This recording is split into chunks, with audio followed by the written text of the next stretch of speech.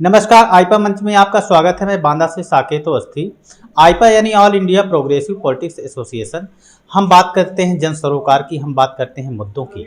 इसी क्रम पे आज बांदा के आम आदमी पार्टी के जो कि किसान प्रकोष्ठ के बुंदेलखंड प्रभारी हैं मिस्टर पुष्पेंद्र चुनाले जी, उनसे कुछ सवाल करेंगे और राजनीति के संबंध में जानकारी लेंगे, जो कि हमारे संस्थान के द्वारा ये मुहिम चलाई जा रही है।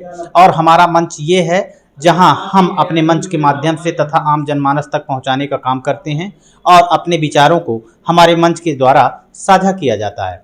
सर नमस्कार। नमस्कार सर। आईपा में आपका स्वागत है। ये हमारा वो मंच है जहां हम लोगों के विचारों को इस मंच के माध्यम से आम जनमानस तक पहुंचाने का काम करते हैं। सर्वप्रथम आप हमारे मंच को और लोगों को क्या संदेश देना चाहेंगे? आपका जो संगठन है आईपा बहुत ही सकारात्मक और प्रगतिशील राजनीति की पहल कर रहा है। मैं साधुवाद देता हूं आईपा को कि जो जन समस्याओं से, जन सरोकार से जुड़ी समस्याएं हैं उनको उठाता है। इसके लिए आईपा संगठन को बहुत बहुत धन्यवाद। बहुत बहुत धन्यवाद सर आपका।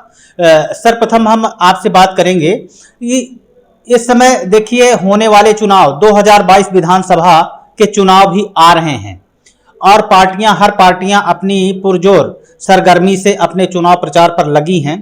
किसके ऊपर जीत का सेहरा बनेगा ये भविष्य के गर्त में है। खैर, लेकिन वर्तमान स्थिति पे जो राजनीति का प्रचलन है उससे आप कहां तक संतुष्ट हैं? अगर संतुष्ट नहीं हैं तो उनमें क्या क्या बदलाव करने चाहिए? देखिए, जो आम जनमानस की राजनीति है अपने यूपी, अपने बुंदेलखंड, अपने बांदा, तो आप लोग भी सब जानते हैं कि बुंदेलखंड में लगभग अगर देखा जाए तो रोजगार की समस्या, मतलब जो भी समस्याएं हैं, बिजली की समस्या, पानी की समस्या, अवैध खनन की समस्या, स्वास्थ्य समस्याओं से सरोबार है हमारा बुंदेलखंड, हमारा बांदा।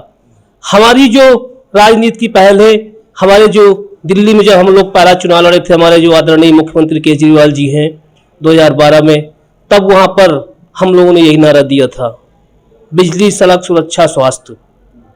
सर, राजनीति की बात करें, आज की वर्तमान राजनीति, जो प्रचलित राजनीति का तरीका है, मैं वो पूछना चाह रहा हूं आपसे कि उस प्रचलन से, उस राजनीति से आप कहां तक संतुष्ट हो? अगर संतुष्ट नहीं हो तो उसमें बदलाव करने की क्या आवश्यकता है? देखिए, संतुष्ट नहीं है तभी जब अन्ना आंदोलन आप लोगों को ज्ञात होगा, जब अन्ना आंदोलन चल रहा था उस समय हमसे दोनों राष्ट्रीय पार्टियों कांग्रेस भाजपा ने कहा था कि अगर इतनी ही समस्याओं को अगर समाधान करना है तो अपना आप दल बनाइए, विधानसभा में आइए, संसद में आइए और वहां पर सरकार बनाकर आप लोग उन समस्याओं को हल करिए। हमारे सभी अन्ना आंदोलन के साथी अरविंद जी, मनीष जी, कुमार जी, सभी लोगों ने वहां पर जब राजनीतिक दल बनाया तो दोनों पार्टियों ने विरोध किया और बहुत ही बड़े बड़े नेताओं ने कहा कि आप लोगों को वहां पर दिल्ली में 6 सीटें भी नहीं मिलेंगी।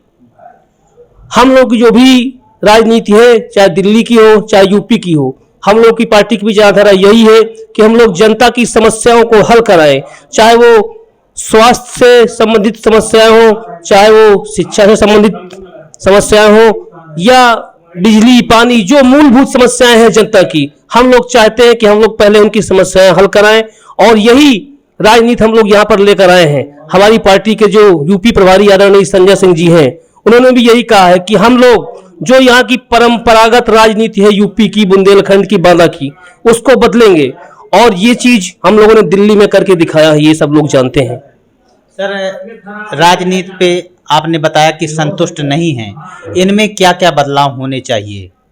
सबसे पहले तो एक चीज ये देखिए कि अगर मैं बांदा की बात करूं तो देखिए, बांदा में हमारे 4 विधानसभाएं हैं, बांदा, तिंदवारी, नरैनी और बबेरू। अगर आप ज्यादा तो नहीं, लेकिन अगर आप 15 साल का अगर आप आंकड़ा उठाकर देख लें तो यहाँ पर सरकार भी भाजपा की रही है, इसके पहले सपा की रही है, इसके पहले बीएसपी की रही है, मतलब सभी चारों पार्टियों की यहाँ सरकार रही है। लेकिन जनता से जुड़े मुद्दे जो भी हैं, आज भी इस क्षेत्र में सबसे बड़ा मुद्दा अवैध खनन का है। इस पे कौन जिम्मेदार है? इसके लिए जो भी सरकारें हैं, चाहे पूर्व की हो या वर्तमान की हो, ये जिम्मेदार हैं। आप लोगों को शायद ज्ञात होगा कि हमारे बुंदेलखंड को, पिछले साल का आंकड़ा है मेरे पास, लगभग 11,000 करोड़ हम लोगों को खनिज संपदा के रूप में यहाँ से रॉयल्टी मिलती है, और पूरे बुंदेलखंड को भीख के रूप में मिलता है पैसा। वो पैसा प्रदेश के अन्य जिलों में लगाया जाता है। ऐसा क्यों? हमारे यहाँ का पैसा हमारे यहाँ के विकास में लगाया जाते हैं। सरकार का तो ये कहना है कि पर्याप्त रोजगार के साधन है और सरकार पर्याप्त जो है इंतजाम कर रही है। ये तो आप भी जानते हैं ना कि बांदा में इंडस्ट्रियल हब खोलने की बात सरकार ने कही थी कि हम भूरागढ़ में इंडस्ट्रियल हब बनाएंगे, फैक्ट्री बनाएंगे। क्या आज तक फैक्ट्रियां चालू हुई है? ये तो आप भी जानते हैं ना इस चीज को।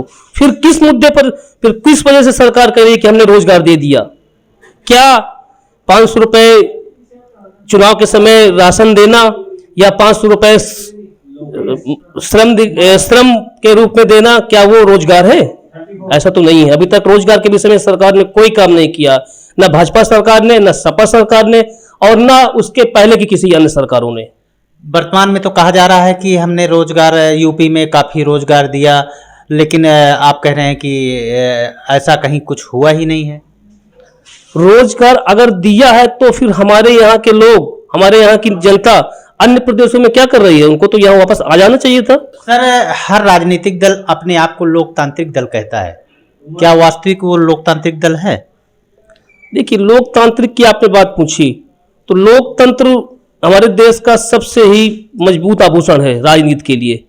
और लोकतंत्र की बात देखी जाए तो लोकतंत्र के मामले में तो हर दल जब सरकार में होता है तो वो विपक्ष के ऊपर, विपक्ष कहता है कि नहीं हमारी हत्या हुई, लोकतंत्र की हत्या हुई। तो इस मुद्दे पर मैं ज्यादा कुछ नहीं कहना चाहूंगा। लोकतंत्र तो है हमारे देश में, तभी सभी पार्टियों को अधिकार है लड़ने का चुनाव और बात कहने का अपनी। चुनावी मुद्दे जो है कुछ और होते हैं, लेकिन चुनाव भावनात्मक मुद्दों पर सिमट कर रह जाता है। इस पर क्या विचार हैं आपके? हाँ, ये बात आपकी सही है। हमारे बुंदेलखंड और बांदा में भी यही है, भावनात्मक भी है और जाति समीकरण भी यहाँ पर काम करते हैं। अगर प्रत्याशी, जो भी प्रत्याशी काम करे, आपका विकास करे, समाज का विकास करे, आपकी जो बुनियादी समस्याएं हैं, बिजली, पानी, शिक्षा, स्वास्थ्य, सड़क, उन पर काम करे, तो उनको आप वोट कीजिए। आप जानते हैं कि हम अपना विधायक बनाते हैं, अपना प्रधान बनाते हैं, अपना जिला पंचायत सदस्य बनाते हैं, अपना ब्लॉक प्रमुख बनाते हैं, अपना विधायक बनाते हैं, और बाद में ही जनता कहती है कि बहुत गलत हमने वोट दे दिया। भावनात्मक मुद्दे पर जो चुनाव हो जाते हैं, संपन्न हो जाते हैं, इस पर दोषी कौन है? राजनीति यहाँ कहाँ तक उत्तरदायी है? देखिए, राजनीति भावनात्मक नहीं होनी चाहिए, और खासकर हमारे यूपी और बुंदेलखंड में तो भावनात्मक और जाति आंकड़ों पर ही राजनीति हो अभी तक शुरू हुई है। अब इसको बदलने का काम हम लोगों ने दिल्ली से हम लोगों ने शुरुआत किया है, और पढ़े लिखे लोग पसंद भी कर रहे हैं। सर, इस पर जो है क्या विषमता आती है और भविष्य में क्या यह दूरगामी परिणाम देंगे? अच्छा रहेगा या बुरा रहेगा? नहीं, मैं तो इससे सहमत नहीं हूं। जाति आंकड़ों और भावात्मक चुनाव तो कभी नहीं होना चाहिए। जो भी चुनाव हो, मुद्दों पर हो, मुद्दों की बात हो, जो भी प्रत्याशी आए, जनता उनसे सवाल करे कि आपने क्या किया है, आप क्या करेंगे। इसमें भी क्या राजनीति उत्तरदायी है, राजनीति जिम्मेदार है? देखिए, आप भी जानते हैं कि जो खनिज है, संपदा है बुंदेलखंड में, बांदा में, महोबा में, उसमें हम दूसरे नंबर पर हैं। पहले नंबर पर शायद मेरी समझ से सोनभद्र है। और जो भी खनन है, तो खनन तो एक सिस्टम से सरकार ने, कोर्ट ने कहा है कि वहां पर मशीनों से नहीं होना चाहिए, मजदूरों से होना चाहिए, लेकिन आज तक किसी सरकार ने इसमें बारीकता से रोक नहीं लगाई। खनन अधिनियम और खनन एनजीटी की जो गाइडलाइन है, क्या उसके विपरीत खनन हो रहा है? और अगर खनन नहीं हो रहा है, उसके विपरीत अवैध खनन हो रहा है, तो उस पर जवाबदेही कौन है, उत्तरदायी कौन है? भाई, एनजीटी ने जो कहा था, तो एनजीटी के तो पूरी तरह से मानकों के विपरीत ही हो रहा है खनन। इसमें से कई बार आप लोगों ने भी छापा है, आए दिन आप लोग दिखाते हैं कि अवैध लोडिंग, ज्यादा लोडिंग ट्रकों की, रोडें खराब होना, खेतों से निकालना, और नदियों का सीना चीरना पोकलैंड मशीनों के द्वारा। तो इसमें से सरकार दोषी है। सरकार में जो बैठे नुमाइंदे, विधायक, सांसद, मंत्री, कोई भी सरकार आती है, सपा में भी तो यही था, अवैध खनन था, और भाजपा में तो उससे ज्यादा हो चुका है अवैध खनन। तो इसमें से जनता को पूछना पड़ेगा। सर, धर्म और धार्मिक मुद्दे तथा आरक्षण, सांप्रदायिकता, इन चीज़ों को छोड़ करके राजनीति की जा सकती है? और अगर इनको मिला करके राजनीति की जा रही है तो राजनीति का स्वरूप कैसा होगा? देखिए, धर्म, सांप्रदायिकता और आरक्षण, ये जो तीनों चीजें हैं, तो मैं दो चीजों की बात करूंगा, धर्म और सांप्रदायिकता की। देखिए, धर्म और सांप्रदायिकता ये सबसे बड़ा जहर है हमारे समाज के लिए, जो धर्म की गुत्थी पिलाई जाती है।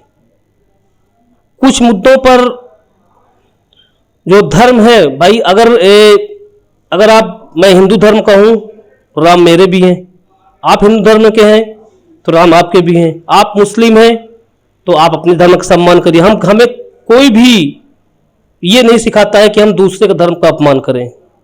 और रही बात राजनीति का हिस्सा ये नहीं बनना चाहिए। मैं यही बात कह रहा हूं कि राजनीति में धर्म, संप्रदाय और आरक्षण ये मुद्दे नहीं आना चाहिए। अगर इसमें जो है आ रहे हैं या जो है संबंधित राजनीति के द्वारा लाया जा रहा है तो कौन दोषी है उस पे, और उस पे सुधार किस तरह किया जा सकता है? देखिए, आप लोग भी जानते हैं कि जो धर्म और सांप्रदायिकता की अधिकता हुई है वो 2014 के बाद भाजपा की सरकार आने के बाद ही हावी हुई है।